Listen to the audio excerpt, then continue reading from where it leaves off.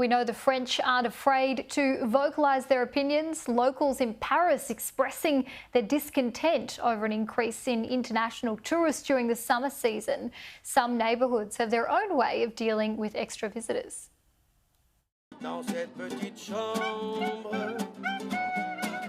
Gay Paris in all of its cliched glory, concentrated in the world-famous district of Montmartre.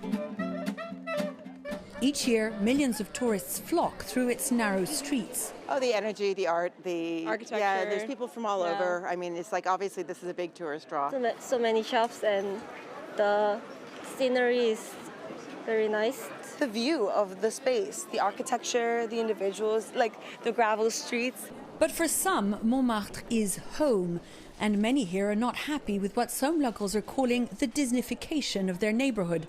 Something they say that's only gotten worse as international tourism to the Paris region has grown nearly 18% between 2014 and 2024. 1/3 of all apartments here are now Airbnbs, with 428 tourists per inhabitant, according to this Residents Association president. It's an invasion, in fact, but really an invasion. They come by metro. Our metros are saturated. In coaches all around Montmartre. There are coaches everywhere, unloading tourists who come for 3 hours, who throw garbage.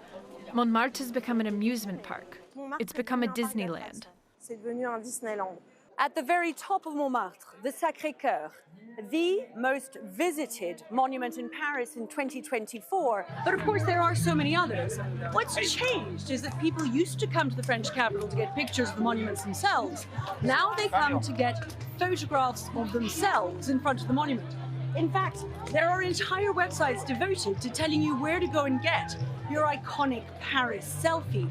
And there are currently more than 148 million #Paris posts on Instagram alone. But French authorities want more. For them, the 71 billion euros in revenue made each year thanks to 100 million tourists is not enough. In the coming years, we think that we can grow this sector's performance by 30%. The ideal objective is in 5 years isn't 71 billion euros, but 100 billion. So they utilize this entire area. It is a real place, a real residence, which I love.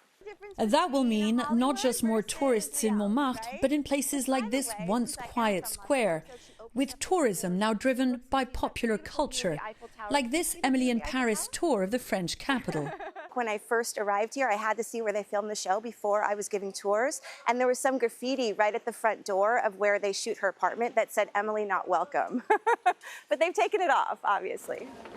Back in Montmartre, too, Emily in Paris has driven crowds to the Pink House in front of which she once ate. A new attraction in a part of Paris where many residents had been hoping for less attention rather than more.